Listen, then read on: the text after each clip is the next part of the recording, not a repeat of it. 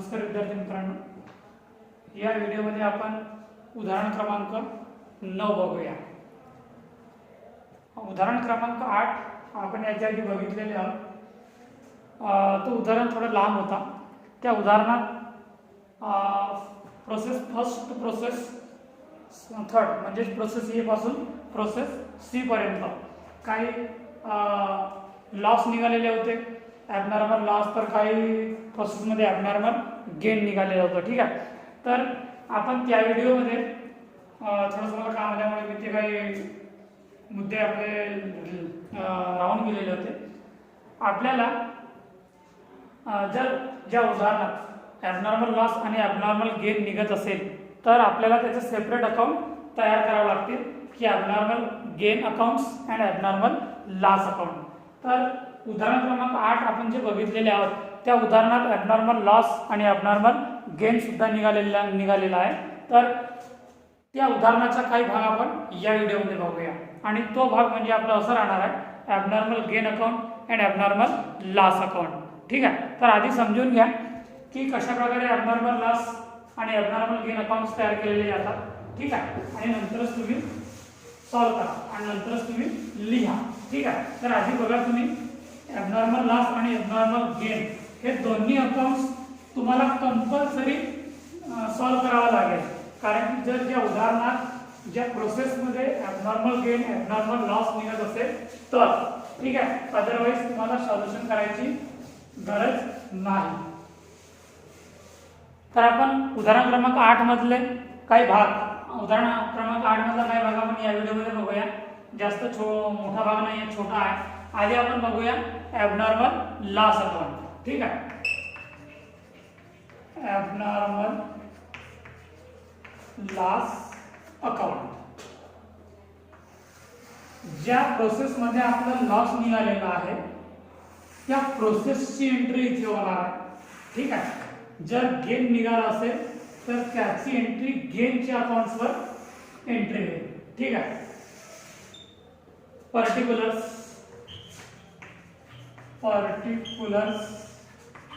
Rupees, particulars and rupees.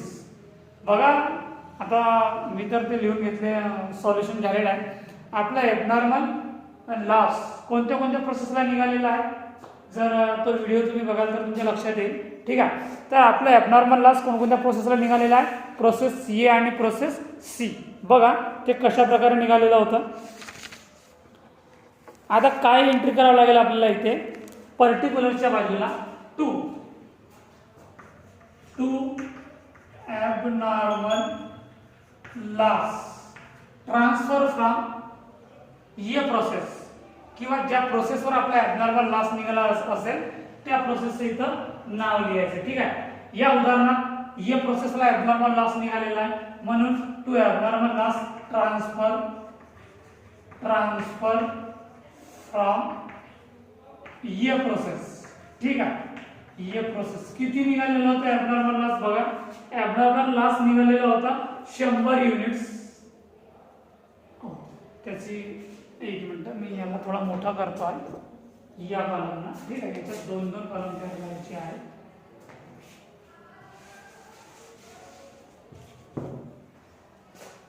To abnormal loss transfer from ए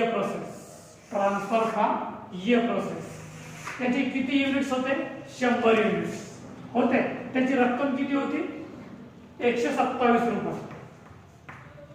पहिला point समजला, आपल्याला ए प्रोसेसवर abnormal loss निघालेला होता म्हणून त्याची एंट्री अशा प्रकारे झालेली आहे to abnormal loss transfer from A process. नंतर टू ॲबनॉर्मल लॉस ट्रान्सफर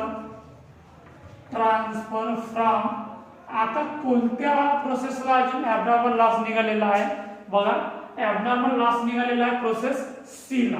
ठीक आहे, म्हणून abnormal loss transfer from C process.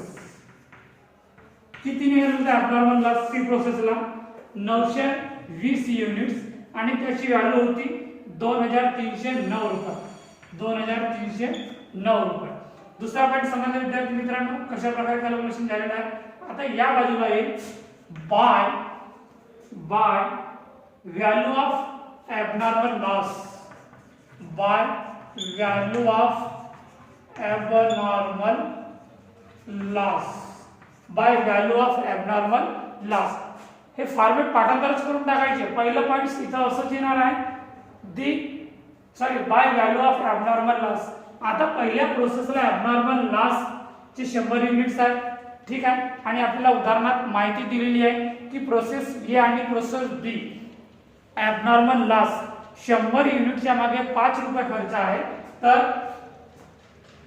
Abnormal loss जे युनिट्स निघालेले आहेत त्याच्यावर किती खर्च राहणार आहे. तर याच्यात बघा ऑलरेडी 100 युनिट्स दिलेले आहेत आणि उदाहरणार्थ आपल्याला दिलेलं आहे की 100 युनिटच्या मागे 5 रुपये खर्च आहे. तर त्याला अशा प्रकारे कॅल्क्युलेशन करायचं आहे. 100 युनिट्स म्हणजे हे युनिट्स आपण पहिला पॉइंट इथे कॅल्क्युलेशन करत आहोत की to abnormal loss transfer from process A, याचंच आपल्याला व्हॅल्यू काढायची आहे. एबनॉर्मल लॉसची 100 रुपये युनिट्स, 100 युनिटची आपल्याला व्हॅल्यू काढायची आहे. प्रोसेस ए ला 100 युनिटची व्हॅल्यू 127 रुपये निघालेली आहे, पण पर्टिक्युलर एबनॉर्मल लॉस अकाउंट मध्ये 100 युनिटची किती व्हॅल्यू येणार आहे, ठीक आहे. तर by value of abnormal loss 100 units आपल्याला ऑलरेडी दिले, हे 100 युनिट्स हे घ्या. आणि उदाहरणार्थ आपल्याला काय पॉइंट्स दिलेला आहे की 100 युनिटच्या मागे 5 रुपये आहे.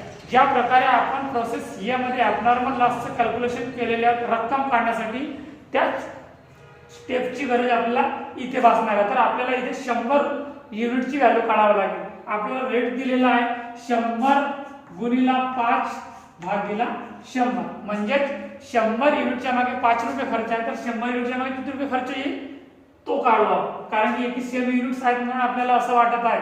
दुसऱ्या स्टेपला युनिट्स चेंज होतील. त्या उदाहरणात आपल्याला असं विचारलेलं आहे की 100 युनिटच्या मागे 5 रुपये खर्च आहे, तर 100 युनिटच्या मागे किती खर्च येईल, कारण की ऑलरेडी आपली एबनॉर्मलची युनिट्स 100 आहेत. याचं कॅल्क्युलेशन करायला तर किती रुपये येतील, 5 रुपये. तर इथे सुद्धा तुमचे 5 रुपये येतील. इथं लॉस मध्ये 100 युनिट्स आणि इथे 5 रुपये. समजलं पहिलं पॉइंट. दुसरा point by value of abnormal loss, C process दिलेली आहे आपल्याला, ठीक आहे. तर इथे आपल्याला व्हॅल्युएशन करावं लागेल. By value of abnormal loss, by value of abnormal loss किंवा नॉर्मल लॉस, किंवा नॉर्मल लॉस. सी प्रोसेस साठी थोडी स्टेप चेंज आहे. सी प्रोसेसला असं विचारलेलं होतं उदाहरणार्थ की 100 युनिटच्या मागे 20 रुपये खर्च दिलेला आहे आणि याच्यात एबनॉर्मल लॉसचे किती युनिट्स आहेत, 920. जर 100 युनिट्सच्या मागे 20 रुपये खर्च दिलेला आहे तर 920 युनिटच्या मागे किती रुपये खर्च लागेल. तर बघा 920 युनिट्स दिलेले आहेत आपल्याला, म्हणून इथे 920 लिहून घ्यायचे युनिट्स, याची व्हॅल्यू काढायची, ठीक आहे. याची व्हॅल्यू काढायची की 920 गुणिला 20 भागिला 100, म्हणजे आपल्याला 100 युनिटच्या मागे 20 रुपये खर्च दिलेला आहे, तर 920 युनिटच्या मागे किती रुपये खर्च राहणार आहे. तर करून बघा विद्यार्थी मित्रांनो. 920 गुणिला 20 भागिला 100, 920 गुणिला 20 भागिला 100 किती निघालेला आहे, 184 रुपये निघालेली आहे. याची व्हॅल्यू 184 रुपये. आवाला फॉर्मेट तुम्हाला पाठांतरच करावा लागेल, कारण की आपण एबनॉर्मल लॉस अकाउंट्स बघत आहोत. त्याचाच काही भाग उरलेला होता आपला उदाहरण क्रमांक 8 वरील त्याचा, ठीक आहे. आता बघा, आता टोटल करा. 920 आणि 100 किती होतील, 1020.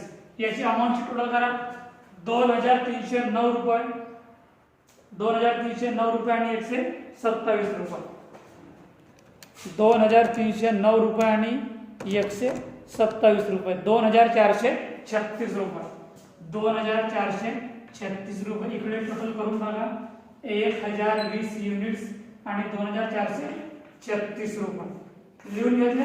आता आपल्याला कोणाकडली बाजूची रक्कम जास्त आहे, युनिट्स सेम आहे, 100 युनिट्स आणि 920 युनिट्स, 1020 युनिट्स. इकडले युनिट्स सेम आहेत, 100 युनिट आणि 920 युनिट्स, 1020 युनिट्स. आता आपल्याला रक्कम बघा, याची टोटल डेबिट बाजूची आपण टोटल केली तर किती आहे, 2436, आणि क्रेडिट बाजूची टोटल केली तर किती आहे, 5 आणि 184 म्हणजे 189 टोटल आहे. फक्त आपल्याला किती पाहिजे, 2436 36 रुपये. तर याची टोटल निघेल आहे तुम्हाला बाय प्रोडक्ट बॅलन्स राहणार आहे. ठीक आहे, तो बॅलन्स निघेल by balance transfer to profit and loss account. किती बॅलन्स निघेल बघा, 2436 मधून 189 मायनस करा, 2247 रुपये. हा कुठे जाईल, 2247 रुपये transfer to profit and loss account. ठीक आहे, समजलं हे वाला उदाहरण.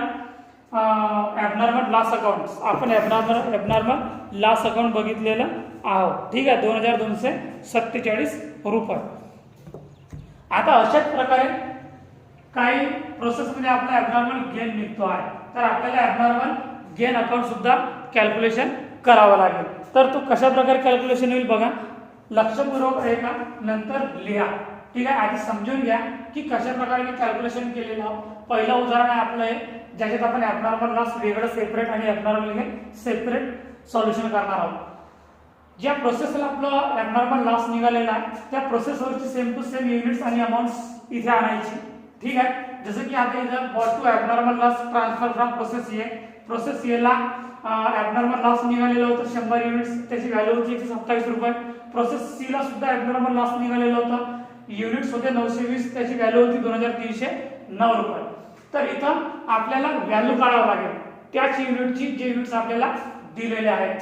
Bye value of abnormal loss 100 युनिटचे या प्रकारे कॅल्क्युलेशन करावं लागेल, कारण की ऑलरेडी आपल्याला उदाहरणात रेट दिलेला आहे. ठीक आहे, तर याची व्हॅल्यू निघाली आहे 100 युनिटच्या मागे 5 रुपये. दुसरा 920 युनिट्स दिलेले आहेत प्रोसेस सी चे, तर 920 चे सुद्धा आपल्याला व्हॅल्यू काढावा लागेल. तर 920 गुणिले 20 भागिले 100 हा रेट आपल्याला ऑलरेडी दिलेला आहे, त्याचं कॅल्क्युलेशन असं आहे. तर मग नंतर दोन्ही बाजूची टोटल करायची, कोणाकडे टोटल जास्त आहे कोणाकडे टोटल कमी आहे. तर आता इथे डेबिट बाजूची टोटल अमाऊंटची जास्त आहे आणि क्रेडिट बाजूची टोटल अमाऊंटची कमी आहे. तर हे काय राहते, बॅलन्स. हा कुठे जाईल, प्रॉफिट अँड लॉस अकाउंटला. अशाच प्रकारे आपण आता दुसरं बघूया, ॲबनॉर्मल गेन अकाउंट. मी याला मिटवतो आहे. ठीक आहे, नंतरचं अकाउंट राहणार आहे abnormal gain account.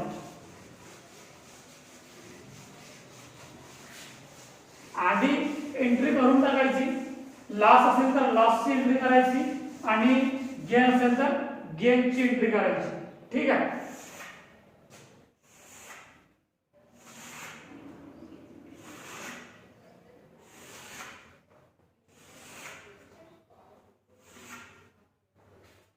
Abnormal gain account, abnormal gain account. आता आपला ॲबनॉर्मल गेन कोणत्या प्रोसेसला निघालेला होता बघा, प्रोसेस बी ला. ठीक आहे, तर या बाजूला entry by abnormal gain transfer from process B account. किती निघालेलं आपला ॲबनॉर्मल गेन प्रोसेस बी ला, 275 युनिट्स होते. 275 युनिट्स होते आणि त्याची रक्कम किती होती, 532 रुपये होती दिलेली, जी व्हिडिओमध्ये दिलेलं आहे. नंतर आता या बाजूला काही to value of abnormal gain, to value of abnormal gain. ठीक आहे, आता प्रोसेस बी मध्ये जी माहिती दिलेली होती आपल्याला उदाहरणात की 100 युनिटच्या मागे 5 रुपये खर्च येतो, तर याच्यामध्ये किती युनिट्स गेन मध्ये आहेत, 275. तर 100 युनिटच्या मागे 5 रुपये खर्च येतो, तर 275 युनिटच्या मागे किती रुपये खर्च येईल असं आपल्याला इथं त्याची व्हॅल्यू काढावं लागेल. ठीक आहे, 275 युनिट्सची. तर अशा प्रकारे कॅल्क्युलेशन करायचं, जसं आपण ॲबनॉर्मल लॉसला कॅल्क्युलेशन केलेले आहोत तशाच प्रकारे 275 युनिट्स गुणिला 5 रुपये भागिला 100 किती येईल याची व्हॅल्यू बघा की 275 गुणिला 5 भागिला 100 13.75 म्हणजेच 14 रुपये. 275 युनिट्स आणि 14 रुपये. ठीक आहे, आता टोटल करायची, शेवटीला काय टोटल निघतो आहे, कारण की ॲबनॉर्मल गेन आपल्याला एकाच प्रोसेसला निघालेला आहे म्हणून याच्यात 2 स्टेप येणार नाही. शेवटी आपलं टोटल करायची 275 युनिट्स आणि रक्कम आहे 532 रुपये. ठीक आहे. याच्यात 275 युनिट्स आणि टोटल 532 रुपये. पण टोटल तिकडली तर 532 बरोबर आहे, पण इकडली टोटल 532 आहे का? नाही, 14 रुपये टोटल आहे.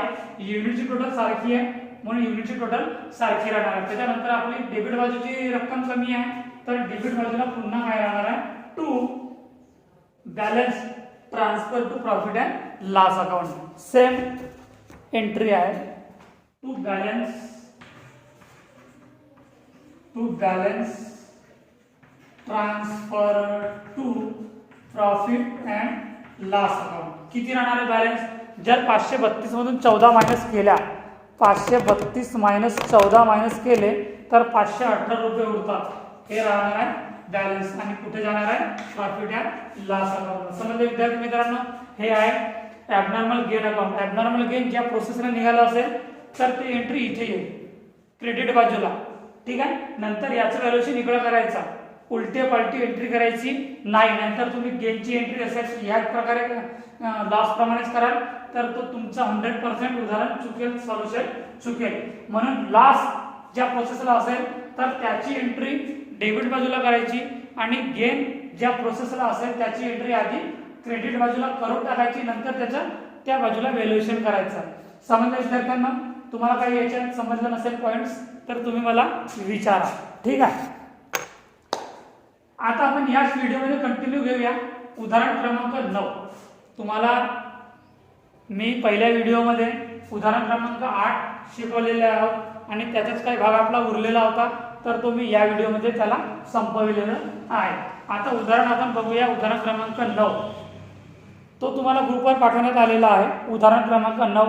पण सॉल्युशन करायच्या आधी आपण बघून घेऊया, वाचून घेऊया की उदाहरणात आपल्याला काय दिलेलं आहे. बघा, prepare the necessary accounts of the following. खाली काही प्रोसेस दिलेल्या आहेत आणि त्याची इन्फॉर्मेशन तुम्हाला खालील प्रमाणे दिलेली आहे. ती अशा प्रकारे प्रोसेस सी आणि प्रोसेस बी. फक्त या उदाहरणात प्रोसेस दोनच आहेत, प्रोसेस सी आणि प्रोसेस बी. त्याचा आपल्याला इन्फॉर्मेशन दिलेली आहे, मटेरियल दिलेलं आहे, लेबर दिलेला आहे, ओव्हरहेड आहे, इनपुट युनिट्स आहेत ना, इनपुट युनिट्स, आउटपुट युनिट्स सुद्धा आहेत, normal loss 10% and 4%, sales value of wastage units, त्याचं आपल्याला व्हॅल्यू पण दिलेली आहे. अगदी छोटा उदाहरण आहे पण व्हॅल्युएशन मात्र थोडा मोठा आहे उदाहरणापेक्षा. ठीक आहे. तर अशा प्रकारच्या उदाहरणात आपल्याला जास्त वेळ लागत नाही, पण छोटासा जर उदाहरण असला तरी त्याला लाईटली घ्यायचं नाही, केअरफुल्ली सॉल्व्ह करायचं आणि सिरियसली सॉल्व्ह करायचं आहे. ठीक आहे. नाहीतर ओव्हर कॉन्फिडन्समध्ये तुम्ही समजा परीक्षेमध्ये की छोटासा उदाहरण दिलेलं आहे, काही जास्त माहिती नाही आहे आणि ओव्हर कॉन्फिडन्समध्ये तुम्ही फटाफट सॉल्व्ह करा पण तो 100% तुमचं चुकीचं होईल. ठीक आहे. या उदाहरणाची आपण सुरुवात करूया. प्रोसेस ए अकाउंट. हे ॲबनॉर्मल गेन अकाउंट उदाहरण क्रमांक 8 वरचं आहे. याच व्हिडिओमध्ये आपण ॲबनॉर्मल लॉस बघितलेला आहोत, तर तो सुद्धा उदाहरण क्रमांक 8 वरचा आहे. ठीक आहे. आता आपण उदाहरण क्रमांक 9 ची सुरुवात करूया. 9 चे उदाहरण तुम्हाला मी वाचून दाखवलेलं आहे.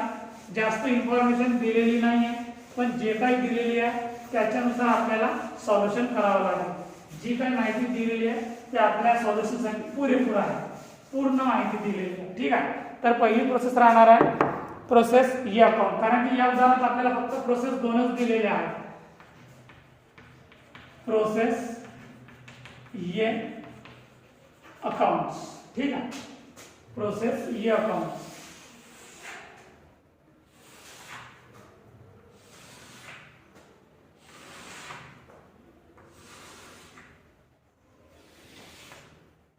पर्टिक्युलर्स, रुपीज,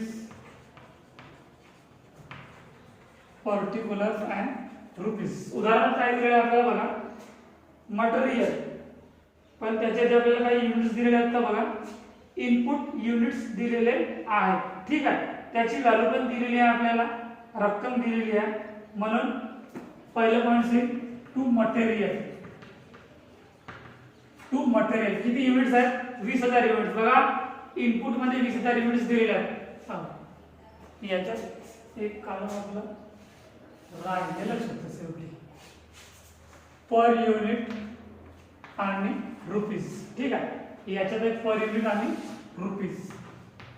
पर युनिट आणि रुपीज. आपल्याला मटेरियलचे युनिट्स दिलेले आहेत 20,000 युनिट्स. बघा इनपुट मध्ये 20,000 युनिट्स दिले आहेत. त्याची व्हॅल्यू पहिल्या पॉइंट्स मध्ये बघा उदाहरणाच्या खाली जस्ट 30,000 अमाऊंट दिलेली आहे 30,000. ठीक आहे. नंतर काय दिलेलं आहे लेबर म्हणजेच टू लेबर. लेबर किती दिलेला आहे 10,000 लेबर. नंतर ओव्हरहेड टू ओव्हरहेड. ओव्हरहेड किती दिलेला आहे बघा 7,000. ठीक आहे. नंतर इनपुट युनिट्स दिले आहेत त्याची एंट्री आपण ऑलरेडी केलेली आहे. नंतर आउटपुट युनिट्स म्हणजेच ट्रान्सफर टू नेक्स्ट प्रोसेस. त्याच्यानंतर दिलेला नॉर्मल लॉस. तर आधी एंट्री होईल आपली नॉर्मल लॉसची. नंतर बाय नॉर्मल लॉस किती दिलेला आहे 10%. त्याचा रेट सुद्धा दिलेला आहे 1 रुपया. 10%. कशावर 10%? या 20,000वर 10%. 20,000 गुणिले 10% भागिले 100. 20,000 चे 10% किती होतील 2,000. ठीक आहे. आता रेट सुद्धा आपल्याला दिलेला 1 रुपया. तर 2,000 युनिट्स गुणिले 1 रुपया म्हणजे 2,000 रुपये. ठीक आहे. याची व्हॅल्यू पण 2,000 निघालेली आहे. नंतर उदाहरणात दिलेला आहे आउटपुट युनिट्स म्हणजे transfer to next process. By product transfer to next process. ठीक आहे. किती दिलेले आहेत 17,500 युनिट्स. 17,500 युनिट्स. आता आपल्याला याची व्हॅल्यू काढावी लागेल. ठीक आहे.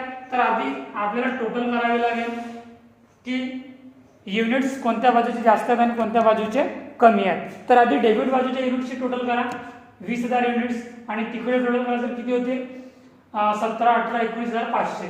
म्हणजे इकडली टोटल जास्त आहे 20,000 युनिट्स इकडली टोटल आहे.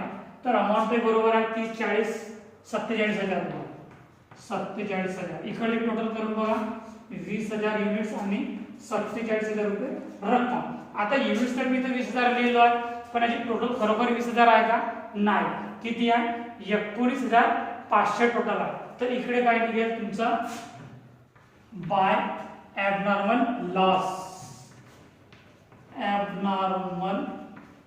लॉस. कितीचा फरक आहे 500 युनिट्सचा फरक आहे म्हणून 500 युनिट्स. ठीक आहे. तर आधी आपल्याला या 500 युनिटची व्हॅल्यू काढावी लागेल. व्हॅल्यू काढण्यासाठी फॉर्म्युला मी तुम्हाला याच्या आधीच्या व्हिडिओमध्ये उदाहरण क्रमांक 8 उदाहरण क्रमांक 7 मध्ये सुद्धा लिहून दिलेलं आहे. तरी सुद्धा या उदाहरणात तुम्हाला लिहून देतो खाली. ठीक आहे. आपल्याला आधी ॲबनॉर्मल लॉस जी युनिट्स निघालेले आहेत त्याची आपल्याला काय काढावं लागेल व्हॅल्यू काढावी लागेल. ठीक आहे. तर फॉर्म्युला काय राहणार आहे वर्किंग नोट लिहा. Working note. ठीक आहे. पहिलं पाहून calculation of abnormal loss. Calculation of abnormal loss. ठीक आहे. फॉर्म्युला आहे abnormal loss units abnormal loss unit गुणिला in bracket debit total rupees debit total rupees minus credit total rupees. Formula पाठांतरच करून टाकायचा. ठीक आहे. एकदा फॉर्म्युला तुम्ही लिहिला स्वतःच्या दिमागाने तर तो तुमच्या डोक्यातच सेव्ह राहणार आहे. आपण debit unit minus credit units. ठीक आहे. आपण फॉर्म्युला तयार केलेला फॉर्म्युला लिहिलेला. याच्यानंतर आपण याची व्हॅल्यू मांडूया. ॲबनॉर्मल लॉस युनिट्स किती आहेत 500 युनिट्स. ठीक आहे. गुणिला डेबिटची टोटल किती आहे 47,000 मायनस क्रेडिटची टोटल किती आहे 2,000. ठीक आहे. 2,000 भागीला डेबिट युनिट्स किती आहेत 20,000. Debit unit 20,000. क्रेडिट युनिट्स किती 2,000 मायनस क्रेडिट युनिट्स ते 2,000 नॉर्मल लॉसचे. याची व्हॅल्यू अशा प्रकारे राहणार आहे की 500 गुणिला 47,000 मायनस 2,000 45,000 भागीला 20,000 मायनस 2,000 18,000. याचं कॅल्क्युलेशन करा की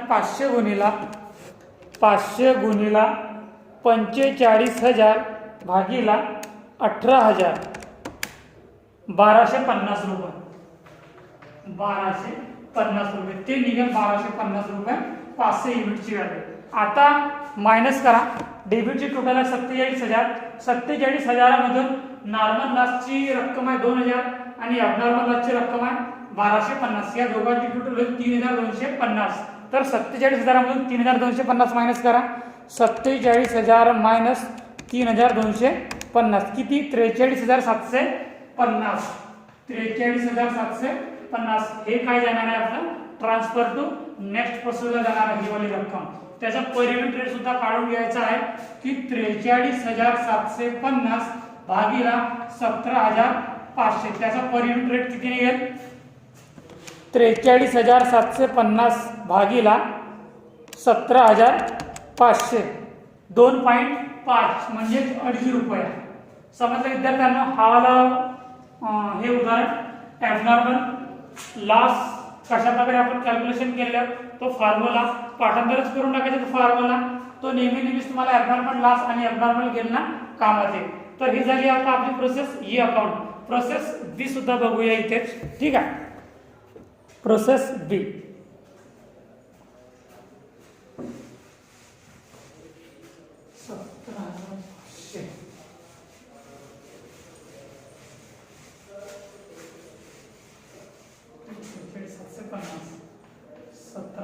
आणि 43,750. Process B account. Process B account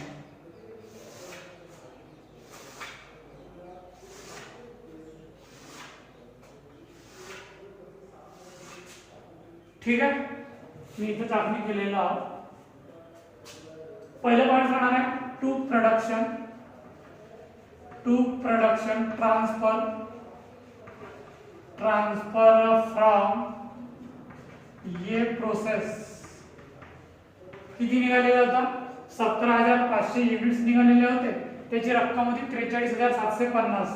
43,750. आता उदाहरण बघा. उदाहरणात काय दिलेलं आहे आपल्याला? मटेरियल दिलेलं आहे. मटेरियल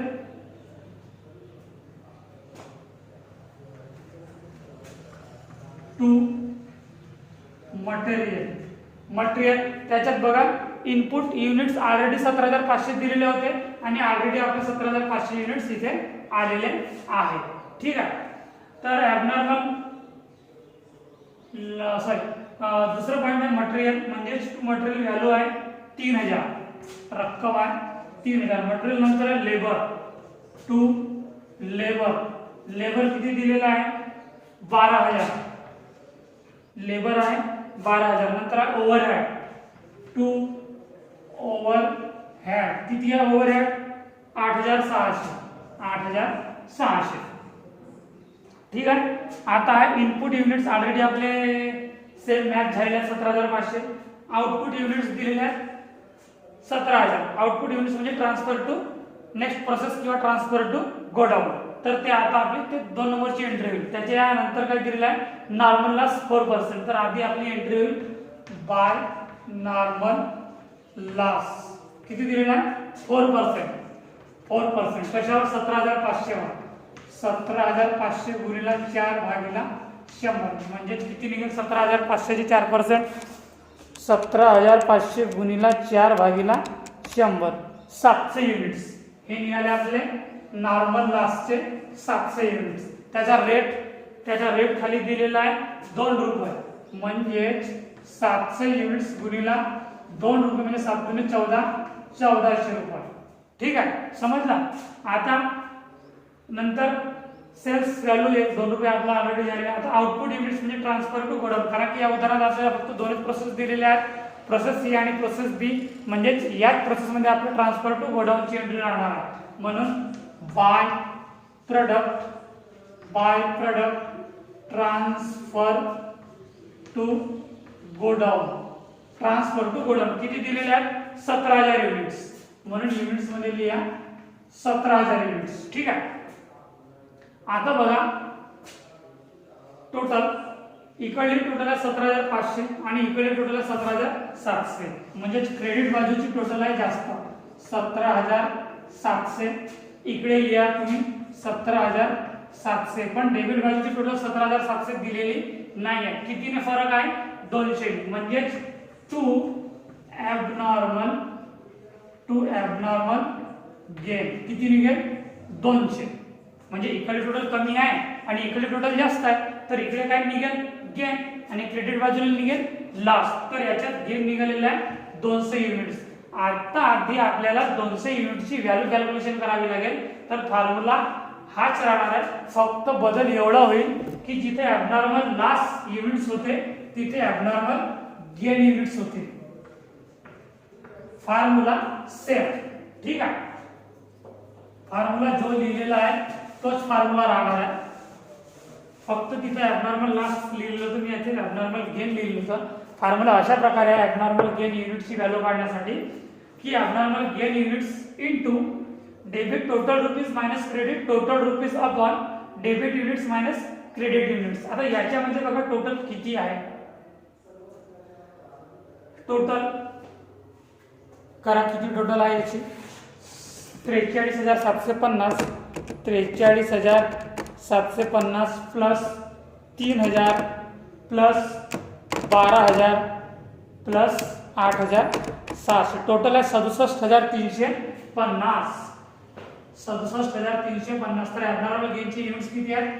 200 युनिट्स गुणिला 67,350 मायनस क्रेडिट ची व्हॅल्यू किती आहे? 1400. ठीक आहे, भागिला डेबिट युनिट्स किती आहेत? 17,500 आणि क्रेडिट युनिट्स किती आहेत? 700. ठीक आहे, याची व्हॅल्यू करा 63,350 मायनस 1400 65,950 येतील. ठीक आहे, म्हणजेच 200 गुणिला 65,950 भागीला 17,500 मायनस 700 16,000 किती येतील बघा? 17,500 मायनस 700 16,800. 16,800. आता याचं कॅल्क्युलेशन करा की 200 गुणिला 65,950 भागीला 16,800 किती निघाले? 785.11 म्हणजे 785 रुपये. 785 रुपये हे निघालं आपल्या ॲबनॉर्मल गेन. आता याची टोटल करायची. टोटल पूर्ण किती आहे डेबिटची? की 67,350 प्लस 785 68,135 68,135 मधून मायनस 1400 करा. मायनस 1400 करायला तर किती होते? 66,735 66,735 हे जाणार आहे ट्रान्सफर टू गोडाऊन. याचा पर युनिट रेट काढा की 66,735 भागीला 17,000 units.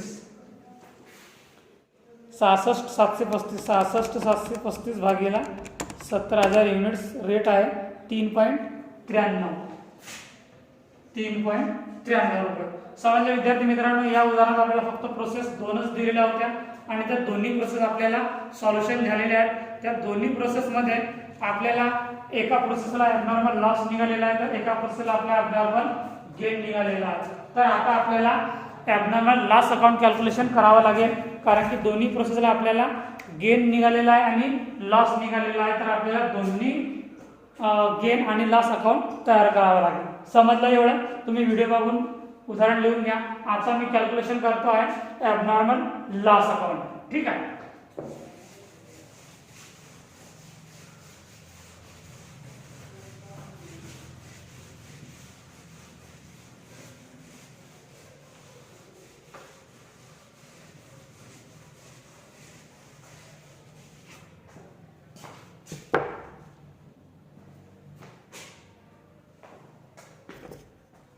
abnormal loss account.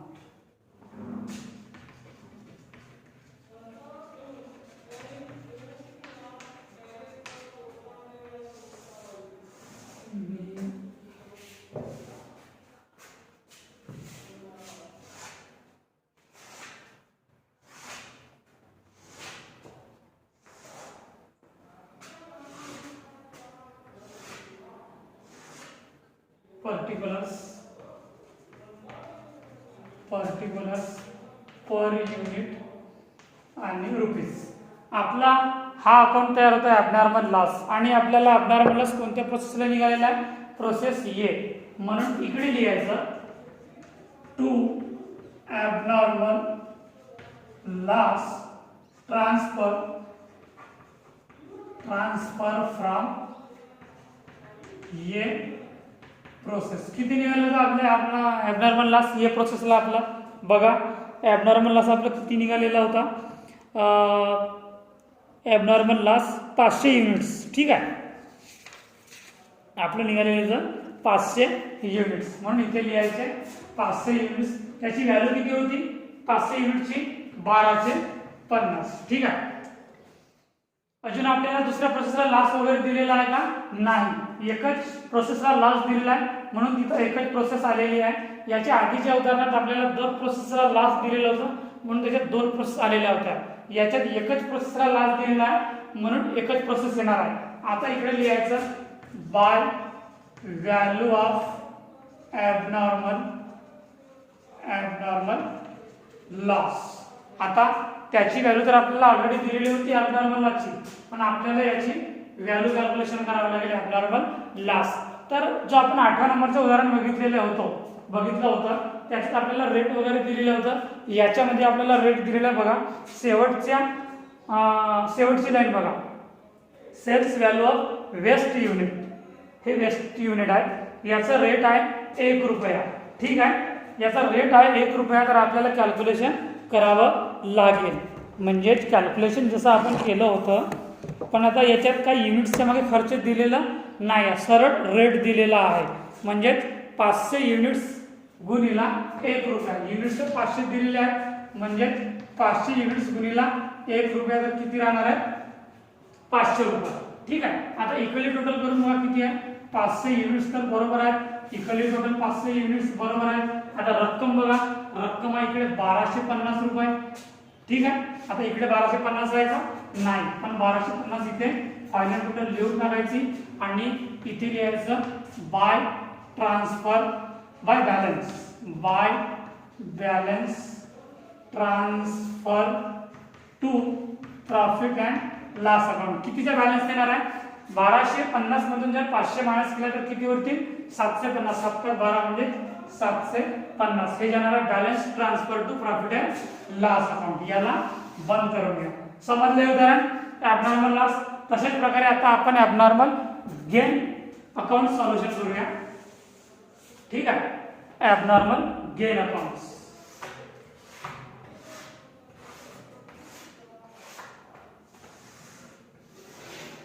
Abnormal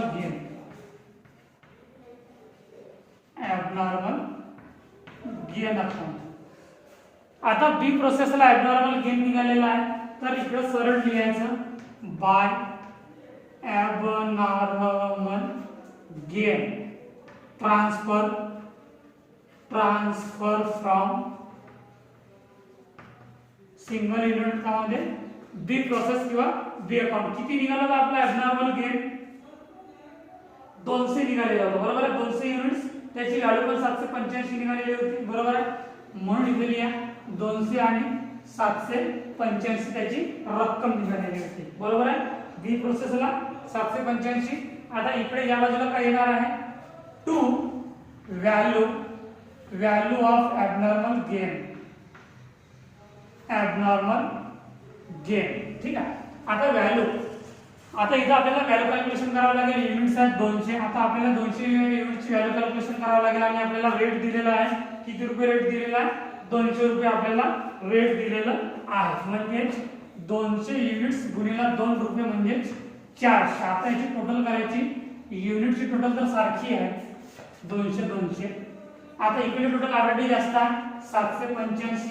बंद करायला 785 याला बंद करा. आता टोटल आपण पर्टिक्युलर 785 आहे ना, 400 दिलेली आहे. म्हणून to balance transfer to profit and loss account. कितीचा बॅलन्स येतो आहे बघा? 785 मधून 400 मायनस करायला तर 385 होतं. बरोबर आहे. म्हणजेच 385 हे काय राहणार आहे? बॅलन्स राहणार. समजलं विद्यार्थी मित्रांनो? काही कठीण नाही आहे याच्यात. आता ॲबनॉर्मल लॉस आणि ॲबनॉर्मल अकाउंट्स आपण बघितलेले आहेत. तर हा दुसरा उदाहरण आहे. ठीक आहे. उदाहरण क्रमांक 8 आणि उदाहरण क्रमांक 9 जे मी तुम्हाला सविस्तरपणे सांगितलेले आहेत, एक एक स्टेप सांगितलेले आहेत. याच्या व्यतिरिक्त जर तुम्हाला समजत नसेल तर मला विचारा. ठीक आहे. कारण की सुरुवातीचे आता आपले उदाहरण सुरुवातीचे संपत आलेले आहेत. आज आपण उदाहरण क्रमांक 9 बघितलेले आहोत आणि याच्यापेक्षा आपल्याला वेगळे उदाहरण भेटणार नाहीत. ठीक आहे. भेटतील तर थोडे बहुत भेटतील वेगळे, पण आतापर्यंत जर तुमची प्रॅक्टिस चांगली झालेली असेल तर समोर जे काही आपण याच्या नंतर जे उदाहरण पाहणार आहोत ते तुम्हाला इझिली होतील, सोपं होतील. ठीक आहे. तर आजच्या तासिकेमध्ये आपण एवढंच शिकूया. बाकीचं दुसऱ्या तासिकेमध्ये शिकूया. धन्यवाद.